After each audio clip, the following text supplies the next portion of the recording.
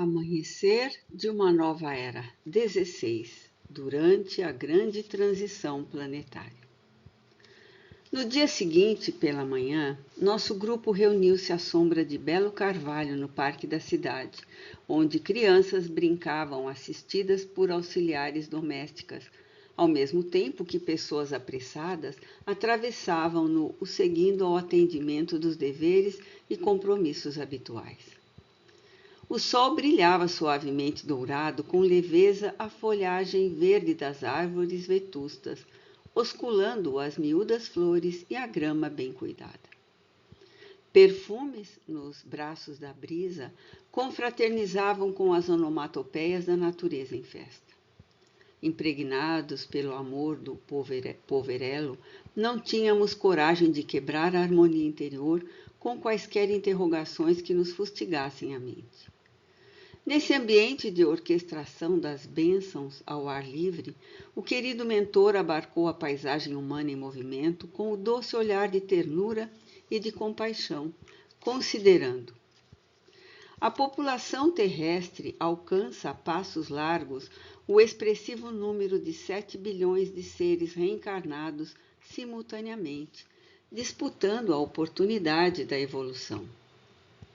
Embora as grandes aquisições do conhecimento tecnológico e dos avanços da ciência na sua multiplicidade de áreas, nestes dias conturbados, os valores transcendentes não têm recebido a necessária consideração dos estudiosos que se dedicam à análise e à promoção dos recursos humanos, vivendo mais preocupados com as técnicas do que com o comportamento moral, que é de suma importância. Por isso, a herança que se transfere para as gerações novas que ora habitam o planeta diz mais respeito à ganância, ao prazer dos sentidos físicos, à conquista de espaço de qualquer maneira, dando lugar à violência e à desordem. O desprezo de muitos líderes e de incontáveis multiplicadores de opinião pelas religiões do passado e o fanatismo que vem sendo desenvolvido em torno do espiritualismo de ocasião, encarregado de amealhar recursos monetários para a existência e de favorecer com saúde aqueles que mais facilmente a possam comprar a soldo dos poderes endinheirados, tem dado lugar ao materialismo e ao utilitarismo, em que as pessoas comprazem-se distante da solidariedade, da compaixão e do espírito fraternal ante a dificuldade da real vivência do amor, conforme ensinado e vivido por Jesus. Podemos dizer que se vive o período da extravagância e do gozo imediato, sem que sejam mensuradas as consequências perniciosas dessa conduta decorrentes. Os indivíduos parecem anestesiados em relação aos tesouros da alma, com as exceções compreensíveis, e mesmo entre alguns daqueles que abraçam a revelação espírita, os conflitos de vária ordem permanecem na condição de mecanismos de defesa contra a abnegação e a entrega total ao Messias de Nazaré. Alguns indivíduos que se consideram ousados e cépticos não levam em consideração os acontecimentos que assolam o planeta, seja no que diz respeito às convulsões sísmicas, cada vez mais vigorosas e trágicas, seja no tocante às de natureza sociológica, econômico-financeira, psicológica, ético-moral, aterrorizantes. Outros, mais tímidos, deixam-se seduzir por informações religiosas ortodoxas, amedrontados e inquietos ante a perspectiva do fim do mundo. Estabelecem-se datas compulsórias com certa leviandade, como se um cataclismo cósmico devesse ocorrer com um caráter punitivo à sociedade que se tem distanciado de Deus numa espécie de absurda vingança. Ignorando a extensão do amor de nosso Pai, esperam o desencadear da sua ira em processo de punição extrema, como se a vida ficasse encerrada no fenômeno da morte física. Felizmente, o fim do mundo de que falam as profecias refere-se àquela de natureza moral, sem dúvida, com a ocorrência inevitável de sucessos trágicos que arrebatarão comunidades, facultando a renovação social, que a ausência do amor não consegue lograr como seria de desejar. Esses fenômenos não se encontram programados para tal ou qual período, num fatalismo aterrador, mas para um largo período de transformações, adaptações, acontecimentos favoráveis à vigência da ordem e da solidariedade entre todos os seres. É compreensível, portanto, que a ocorrência mais grave esteja, de certo modo, a depender do livre-arbítrio das próprias criaturas humanas, cuja conduta poderá apressar ou retardar, ou mesmo modificar a sua constituição, suavizando-a ou agravando-a. Com muita justeza, alguém definiu o universo como um grande pensamento, pois que tudo quanto nele existe vibra, reflete-se na sua estrutura, contribui para a sua preservação ou desordem. Qualquer definição de período torna-se temerária em razão dos acontecimentos de cada dia, responsáveis pelas funestas ocorrências. Se as mentes humanas, em vez do cultivo do egoísmo, da insensatez, da perversidade, emitirem ondas de bondade e de compaixão, de amor e de misericórdia, certamente alterar-se-ão os fenômenos programados para a grande mudança que já se vem operando. As mais vigorosas convulsões planetárias tornam-se necessárias para que haja alteração para melhor no clima, na estabilidade relativa das grandes placas tectônicas, nas organizações sociais e comunitárias, com os recursos agrários e alimentícios naturais para manter no futuro as populações não mais esfaimadas nem miseráveis, como ocorre na atualidade. Compreendendo-se a transitoriedade da experiência física, a psicosfera do planeta será muito diferente, porque as emissões do pensamento alterarão as faixas vibratórias atuais que contribuirão para a harmonia de todos, para o aproveitamento do tempo disponível, em preparação jubilosa para o enfrentamento da mudança que terá lugar para muitos mediante a desencarnação, que os levará para outro campo da realidade. O amor de nosso Pai e a ternura de Jesus para com o seu rebanho diminuirão a gravidade dos acontecimentos, mediante também a compaixão e a misericórdia, embora a severidade da lei de progresso. Todos nós encontramos desencarnados e encarnados, comprometidos com o programa da transição planetária para melhor. Por essa razão, todos devemos empenhar-nos no trabalho de transformação moral interior, envolvendo-nos em luz, de modo que nenhuma treva possa causar-nos transtorno ou levar-nos a dificultar a marcha da evolução. Certamente, os espíritos, ainda fixados nas paixões degradantes, em razão do seu primitivismo, sintonizarão com outras ondas vibratórias próprias a mundos inferiores, para eles transferindo-se por sintonia, onde se tornarão trabalhadores positivos pelo recurso que já possuem em relação a essas regiões mais atrasadas, nas quais aprenderão as lições da humildade e do bem proceder. Tudo se encadeia nas leis divinas, nunca faltando recursos superiores para o desenvolvimento moral do espírito. Nesse imenso processo de transformação molecular, até o instante da angelitude, há meios propiciatórios para o crescimento intelecto-moral, sem as graves injunções punitivas, nem os lamentáveis privilégios, para alguns em detrimento dos outros.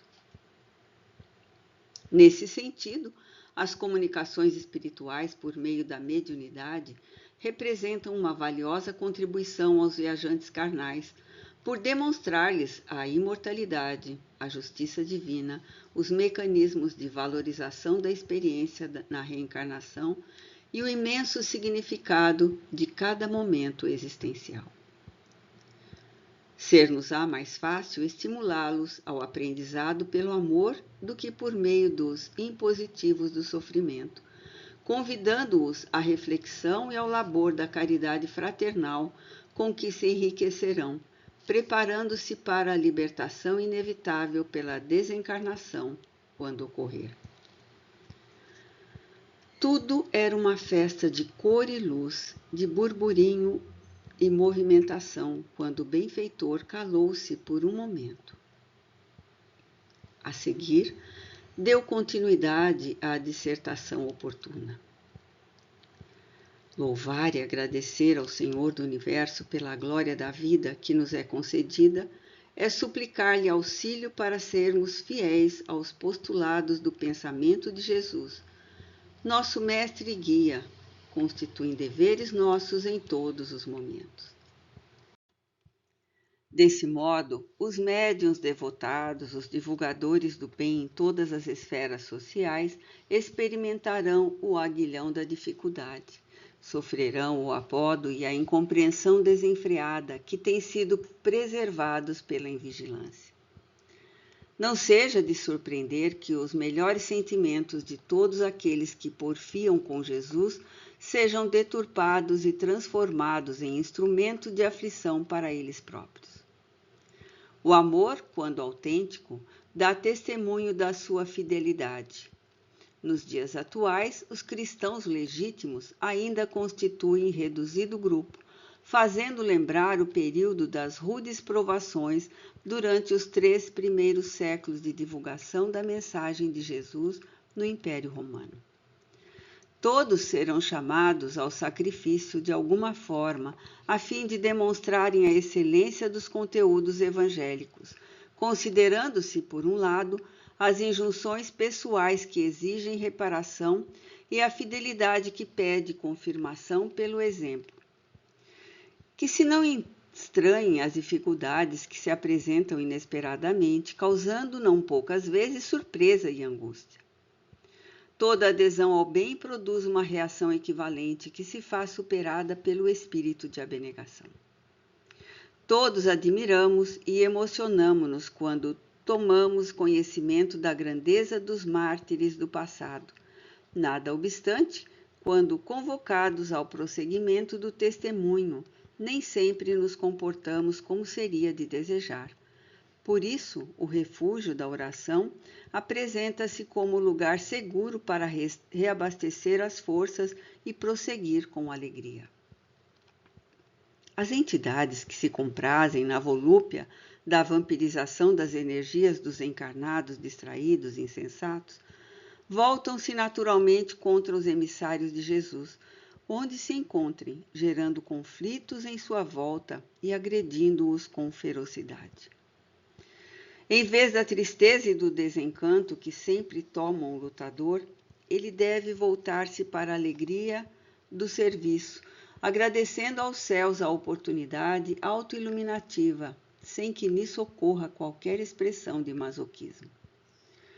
Sem dúvida, numa fase de grandes mudanças, conforme vem sucedendo, as dores sempre se apresentam mais expressivas e volumosas, porque os velhos hábitos devem ceder lugar às novas injunções do progresso.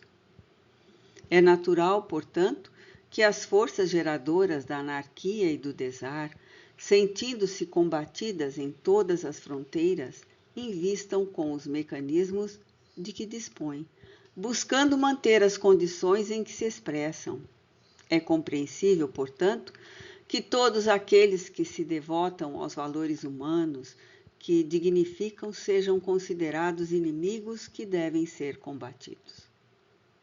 Desse modo, constitui-nos uma honra qualquer sofrimento por amor ao ideal da verdade, a construção do mundo novo.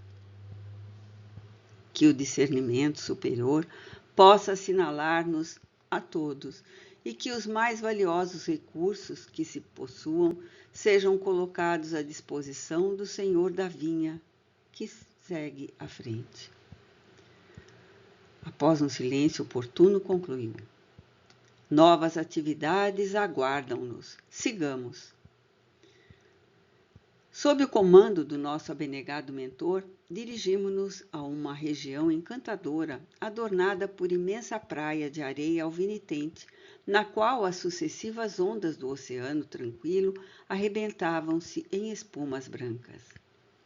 A regular distância, vimos uma bela e colossal construção fluídica, quase uma cidade espiritual, que apresentava expressiva movimentação de entidades laboriosas.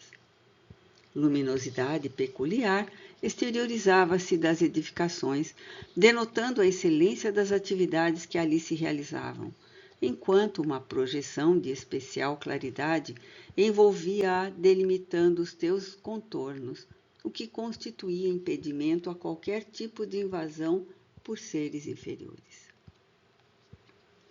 Percebendo-nos a estranheza e o encantamento que nos tomou conta a todos que o acompanhávamos, o nobre guia esclareceu.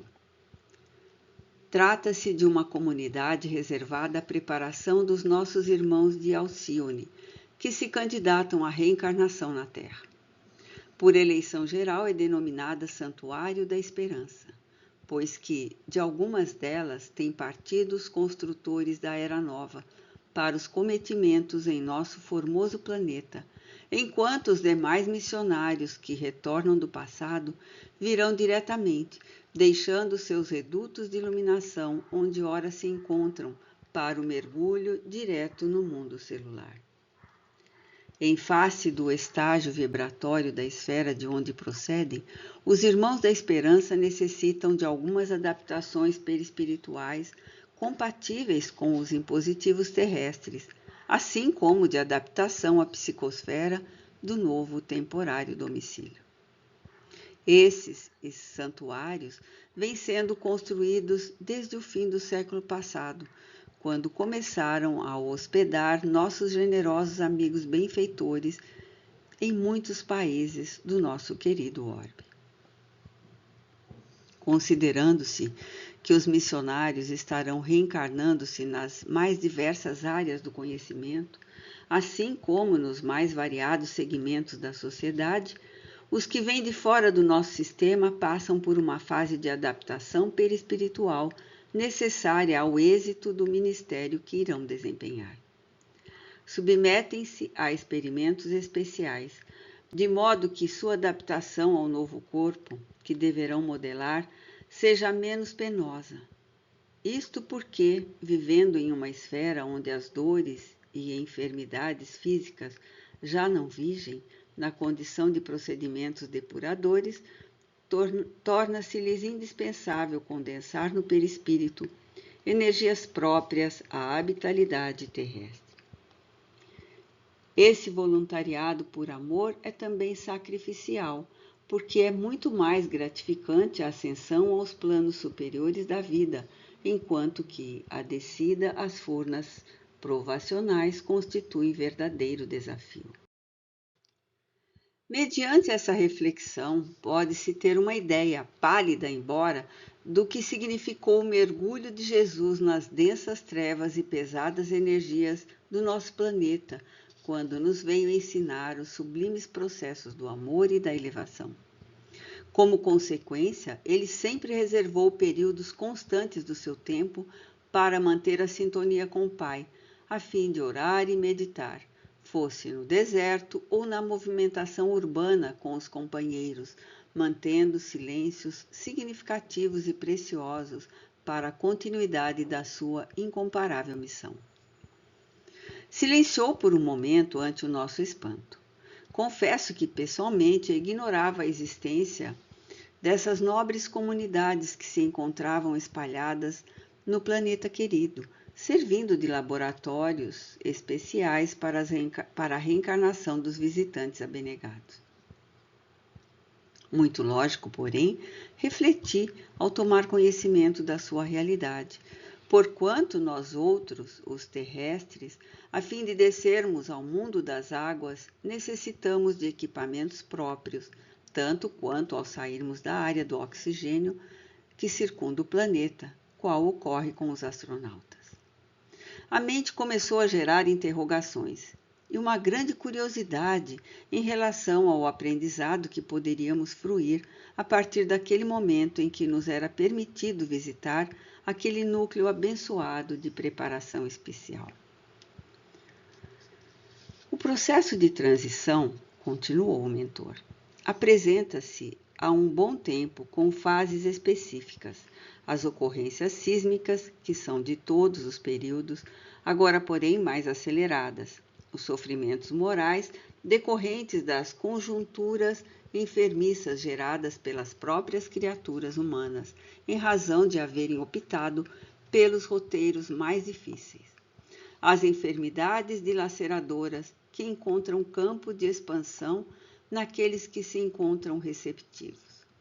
As dores coletivas resultantes dos interesses subalternos, dos déspotas, dos ambiciosos, dos que se fazem verdugos da humanidade, assessorados por outros semelhantes que os mantêm na condição infeliz.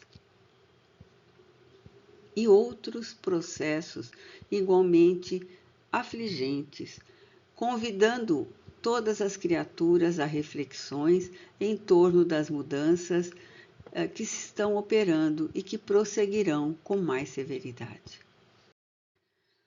É natural que o Senhor Jesus haja providenciado o retorno dos seus mensageiros que assinalaram suas épocas com as características de amor e sabedoria, de modo que impulsionaram o progresso da humanidade até este momento culminante, agora necessários para o grande enfrentamento com as heranças enfermiças que permanecem na psicosfera do planeta, em razão da condição primária de alguns dos seus habitantes.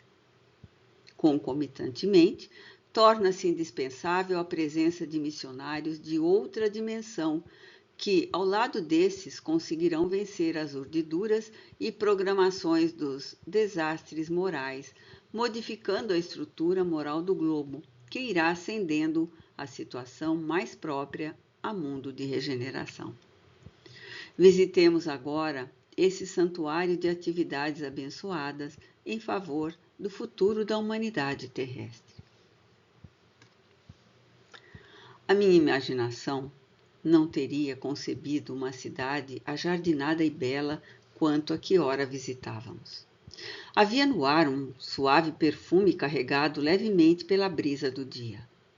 Uma luminosidade peculiar que não era originada da irradiação solar, banhava toda a extensão alcançada pelos olhos.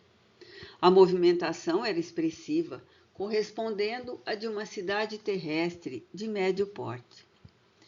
Edifícios de grandes dimensões, porém não muito altos, multiplicavam-se, encantando com as suas formas originais toda a paisagem urbana, adornada de jardins com árvores que eu desconhecia, enquanto veículos, algo diversos dos nossos, flutuavam acima do solo em movimentação equilibrada, sem exageros de velocidade. Aves canoras de belíssima plumagem, vez que outra, cortavam o ar embelezando a natureza em si mesma, rica de imagens coloridas. No pórtico de entrada, aguardava-nos um espírito nobre que nos recebeu com jovialidade e ternura. O mentor, sem articular palavra oral, apresentou-nos o pequeno grupo e pudemos perceber o pensamento do recepcionista, saudando-nos afavelmente. Eu me encontrava sinceramente deslumbrado com as ocorrências que se sucediam em um calendoscópio de rara beleza. Era a primeira vez que nos acontecia algo semelhante. Pensando sem muito esforço, os sons que seriam emitidos partiam da mente em modulações internas que eram captadas por todos nós. Muitas vezes na Terra, perguntava-me como seriam as comunicações nas esferas superiores da vida. E agora podia vivenciar a experiência encantadora. Conforme me referi oportunamente em outra obra, os espíritos apresentavam-se com as mesmas características terrestres, sem qualquer forma de exotismo ou de cor estranha. um pouco mais delgados e de estatura regular, correspondente a 1,80 m mais ou menos, com harmonia de forma e beleza em comum, irradiando simpatia envolvente. Conduziu-nos por larga e bem desenhada avenida entre construções quadrangulares de material fluídico que permitia ver-se o interior de algumas, enquanto outras faziam recordar algumas universidades americanas, cujos edifícios espalhavam-se pelo campus a perder de vista.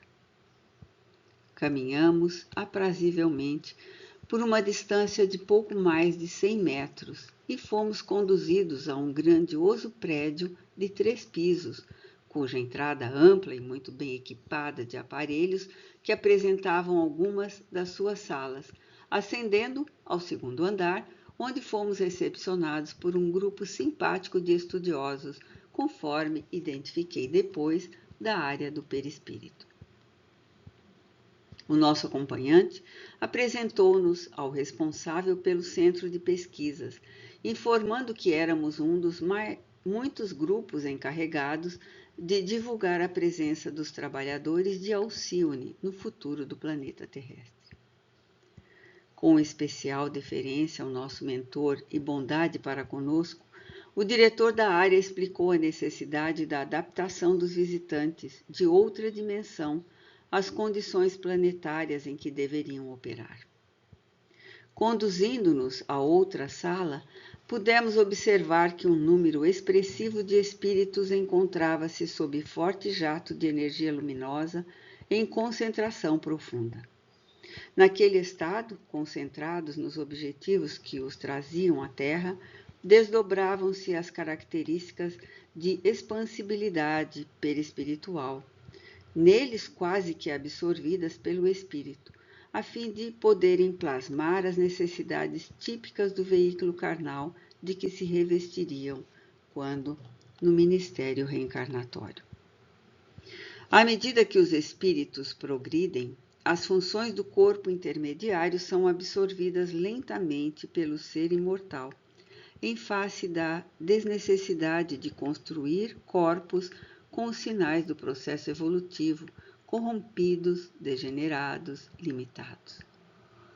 Atingindo uma faixa mais elevada, o ser espiritual proporciona o renascimento por meio de automatismo, tendo como modelo a forma saudável e bela, cada vez mais sutil e nobre, até alcançar o estado de plenitude, o reino dos céus interior.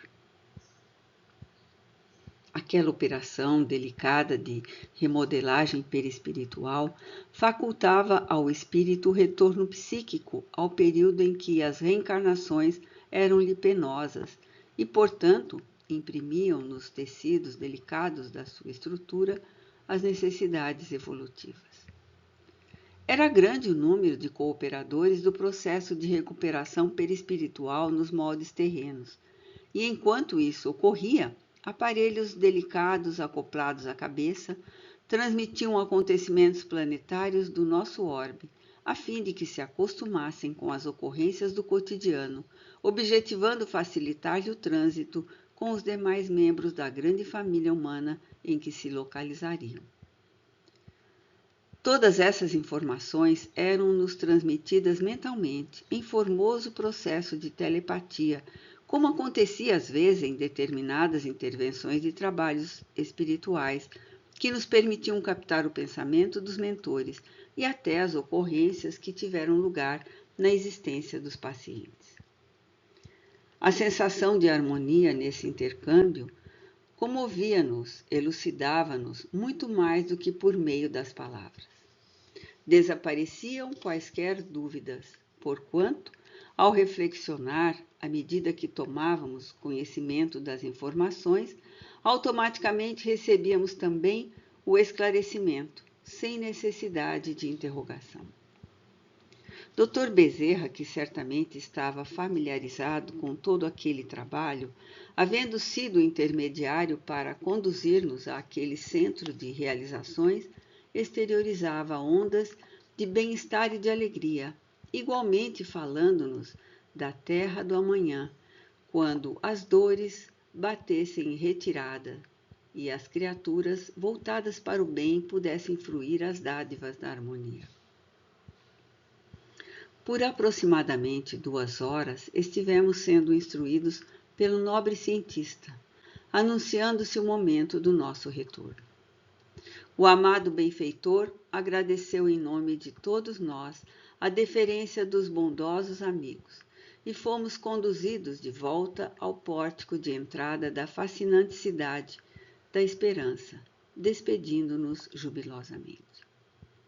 Foi nesse ínterim, enquanto retornávamos ao nosso núcleo de apoio, que o venerável benfeitor nos explicou que as construções, à semelhança do que ocorreu quando da edificação da Torre de Vigia do Amor e Caridade, haviam sido programadas e executadas por engenheiros de Alcione, que antes da chegada dos que se deveriam reencarnar, criaram os pousos onde ficariam preparando-se para depois poderem transitar na psicosfera terrestre, comunicando-se mediunicamente e participando dos labores espirituais. Verdadeiras vias de comunicação entre a bela estrela e a Terra haviam sido abertas, vencendo as colossais distâncias, a fim de que o intercâmbio se fizesse com segurança, utilizando-se recursos específicos de volitação.